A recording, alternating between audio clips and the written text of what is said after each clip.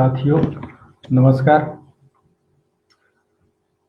आज लाइव आने का प्रमुख कारण हमारा है कि अनमोल फाउंडेशन द्वारा छत्तीसगढ़ में पर्यावरण को लेकर के पर्यावरण सप्ताह 20 अगस्त से 27 अगस्त तक मनाने जा रहे हैं।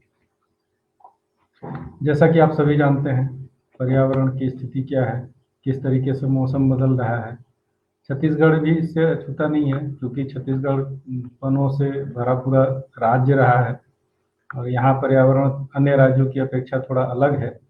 लेकिन आने वाले समय में या पिछले कई सालों से कोयले की खदानें खुल रही हैं, विकास के नाम से सड़क का जाल बिछाया जा रहा है, या कांक्रीटीकरण हो रहा है, बहुत सारे बिल्डिंग बन रही हैं, बहुत सारे सड़कें बन रही हैं, जिसके कारण बहुत अंधाधुंध तरीके से पेड़ों की कटाई हुई है और उसका प्रभाव कहीं न कहीं पर्यावरण पे पड़ रहा है। दूसरे तरफ माइनिंग बहुत सारे खुले हैं, कोयला खदान है, बॉक्साइट खदान है,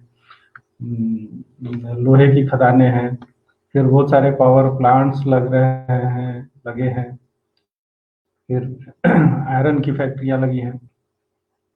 उनसे इन सारे चीज़ों से जो नुकसान हो रहा है, खास करके इनके जो कचरे निकल रहे हैं उससे नदियों का पानी दूषित हो रहा है, इनके जो धुएं निकल रहे हैं उससे वायु प्रदूषित हो रहा है। इसी तरीके से जो कोयला खदानों के आसपास में जो डस्ट निकल रहे हैं उससे किसान की खेती प्रभावित हो रही है, सॉइल जो है वो उसका क्वालिटी घट रहा है, वो उसका प्रदूषित हो रहा है। और रासायनिक जो खाद का प्रयोग बड़े पैमाने पे कृषि को बढ़ावा देने के नाम पर रासायनिक खादों का अंधाधुंध प्रयोग खेतों में किया जा रहा है, जिससे धीरे धीरे हमारी मिट्टी भी खराब हो रही है और पानी भी खराब हो रही है, उसमें भी रासायनिक खाद मिल करके उसको नुकसान पहुंचा रहे हैं। बहुत सारी चीजें हैं, बहुत सारा वो है। और जबकि पर्यावरण हमारे जीवन में बहुत महत्व रखता है, हरा भरा पेड़ पौधा ये तो हमारे जीवन का अभिन्न अंग है। पुराने समय से लेकर के अभी तक गांव में हर जगह पेड़ पौधे लगाए जाते थे। फलों बहुत सारे वृक्ष ऐसे हैं जो हमारे जीवन में फल देते हैं, ऑक्सीजन देते हैं, हमारे वातावरण को शुद्ध रखते हैं, जीव जंतु भी उससे पलते हैं। बहुत सारे रासायनिक खादों का प्रयोग करने से ऐसे जो हमारे अनुकूल जो जीव जंतु हैं वो भी धीरे धीरे नष्ट हो रहे हैं, जिससे पर्यावरण को नुकसान हो रहा है।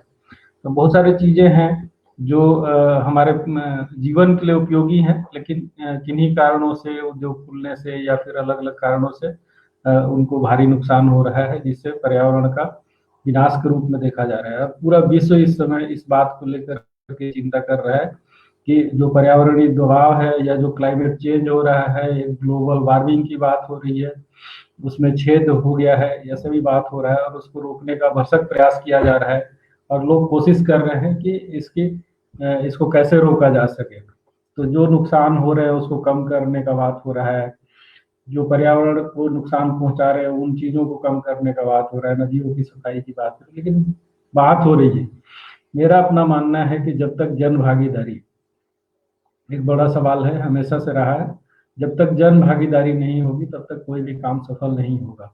और इसको करने के लिए हम क्या तरीके निकाल सकते हैं, किस तरीके से कर सकते हैं और कैसे इसको किया जा सकता है। कारण सभी जानते हैं, पर्यावरण का नुकसान किन कारणों से हो रहा है ये सबको पता है, सब देख रहे हैं। हर साल मौसम चेंज हो जा रहा है, बरसात समय पे नहीं हो रही है, अनिश्चित बरसात हो रही है, अनियमित बरसात हो रही है, कभी जरूरत के समय पे पानी नहीं होता जिसके कारण सूखा भी पड़ रहा है। तो बहुत सारे चीज हैं, कारण सबको पता है, क्या परिणाम आ रहे हैं वो भी सबके सामने है।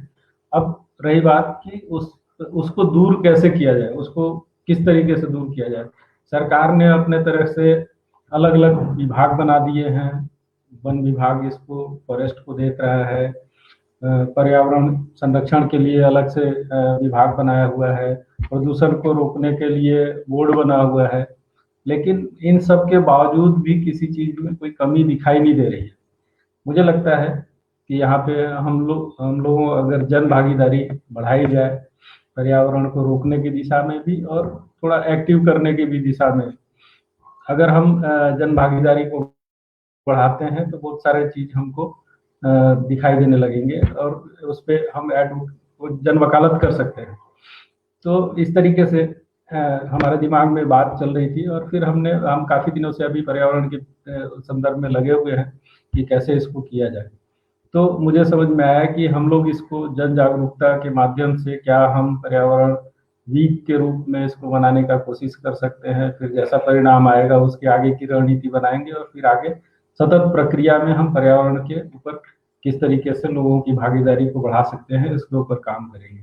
तो आज का जो मेरा लाइव सेशन है वो इसी को लेकर के है कि हम किस तरीके से इस कैंपेन को सोचे हैं। हमारा अभी फर्स्ट प्रयास है, इसमें हमने युवाओं को जोड़ा हुआ है, कुछ युवा साथी हमारे हैं जो पर्यावरण से प्रेम करते हैं उनको हमने जुड़ा हुआ है, कुछ बालिकाएं हैं, कुछ युवा हैं, कुछ स्वयंसेवी संस्थाओं के भी लोग हमारे साथ जुड़ रहे हैं धीरे धीरे करके। और इसमें हम युवा और बच्चों के बीच में पहुंचने का कोशिश कर रहे हैं, क्योंकि अभी कोविड का महामारी का प्रकोप चल रहा है। ऐसे में बहुत जगह पे जाना या भीड़ भाड़ इकट्ठा करना संभव नहीं है। तो हम वो इस अभियान को ऑनलाइन अभियान के रूप में ही संचालित करने का कोशिश कर रहे हैं और इसमें ज़्यादा से ज़्यादा लोगों की भागीदारी सुनिश्चित कर रहे हैं। तो अभियान के बारे में मैं थोड़ा बता दूं कि 20 अगस्त से इसको शुरू किया जाएगा और 27 अगस्त तक चलेगा। अभियान में जो भी लोग भाग लेंगे उसको हम अनमोल फाउंडेशन की ओर से प्रोत्साहन बतौर उनको सर्टिफिकेट दिया जाएगा और उसमें जो वेस्ट होगा उसको हम लोग वृक्ष मित्र या पर्यावरण मित्र के नाम से अपने अनमोल फाउंडेशन की ओर से सम्मान भी देंगे। और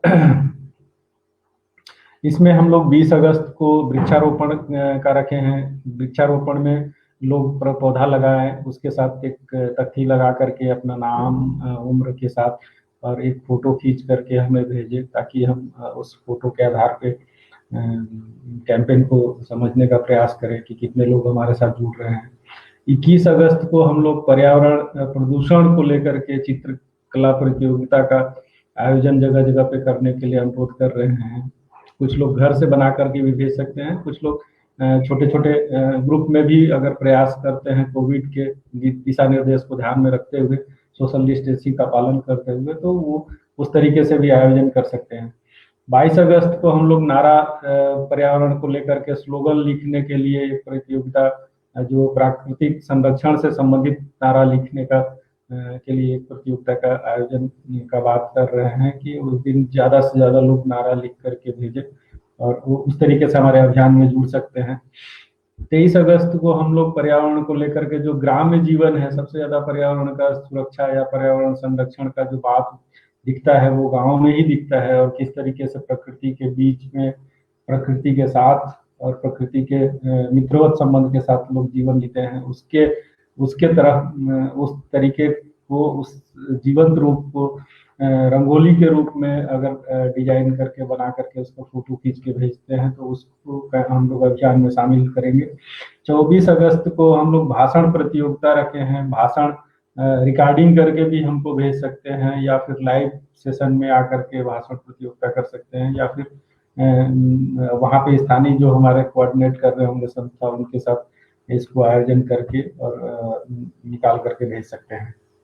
ये भाषण प्रतियोगिता में जैव विविधता के महत्व के ऊपर भाषण होगा। 25 अगस्त को जो हमारे घरों में जो बेकार पड़े हुए चीज होते हैं, जैसे अखबार है, कपड़े हैं, पुराने कपड़े हैं, उनका पुनः उपयोग करने के लिए क्या कोई चीज बना करके उसका रीयूज करके कैसे उपयोग में लाया जा सकता है। पुराने समय में किया भी जाता था, अभी बीच में आधुनिकीकरण शहरीकरण के चक्कर में सब छूट गया, लेकिन पहले वो लोग बनाते थे, तो किस तरीके से पुराने सामानों का उपयोग के लायक बनाया जा सकता है, उस पे है हमारा कि वो उसका उपयोग करे, उसको बनाए और उसको बनाते हुए वीडियो या फोटो खींच करके हमारे साथ शेयर करें। और 26 अगस्त को हमने प्रकृति और मानव जीवन को लेकर के कहानी लिखने का बात किया है कि कहानी लेखन का कार्यक्रम करेंगे। और 27 अगस्त को हम जलवायु परिवर्तन का जीव जंतु और मानव जीवन पर क्या प्रभाव पड़ता है उसको लेकर के हम एक वेबिनार करेंगे, जिसमें जो अनुभव निकल करके आ रहे हैं, उन अनुभवों को साझा किया जाएगा। और जो अच्छे लोग होंगे, जो अच्छे जिनका चयन हुआ रहेगा, उनको शामिल किया जाएगा, वो अपने बातों को वहाँ पे रख सकेंगे। तो इस तरीके से हम लोगों ने इस पूरे कार्यक्रम का डिजाइन किया है। सारा ऑनलाइन है, फोटो खींच करके भेजना है, वीडियो बना करके भेज सकते हैं, लिख करके व्हाट्सएप कर सकते हैं, ईमेल पे कर सकते हैं। इसको हम लोग बैनर को बैकड्रॉप बना करके हम लोगों ने शेयर भी कर रहे हैं, जगह जगह सोशल मीडिया के माध्यम से हम शेयर कर रहे हैं। और जो भी कार्यक्रम होंगे, जो उसके जो फोटो आएंगे, उसके जो वीडियो आएंगे, वो सारा चीज को जन जुड़ाव के लाइव पेज, जन जुड़ाव के पेज पर उसको बकायदा साझा किया जाएगा, ताकि ज़्यादा से ज़्यादा लोगों तक उनके संदेश पहुंचे, लोग जाने और देखें और इस अभियान से जुड़ सकें, और इसे एक बड़ा अभियान के रूप में हम बना सकें, ताकि पर्यावरण का जो दबाव है, पर्यावरणीय जो दबाव है, उससे जो प्रदूषण फैल रहा है, उसको रोकने में हम किस तरीके से जन भागीदारी को बढ़ा सकते हैं, इसके ऊपर काम हो सके। तो मैं उम्मीद करता हूँ कि ये संदेश हम ज़्यादा से ज़्यादा लोगों तक पहुँचाएंगे और लोगों को जोड़ने का प्रयास करेंगे। और इस अभियान में आप सब भी जुड़ेंगे, जो देख रहे हैं वो लोग भी जुड़ेंगे, जो देख रहे हैं वो दूसरों को भी जोड़ने का प्रयास करेंगे। तो इसी उम्मीद के साथ मैं आप सभी से विदा लेता हूँ। धन्यवाद।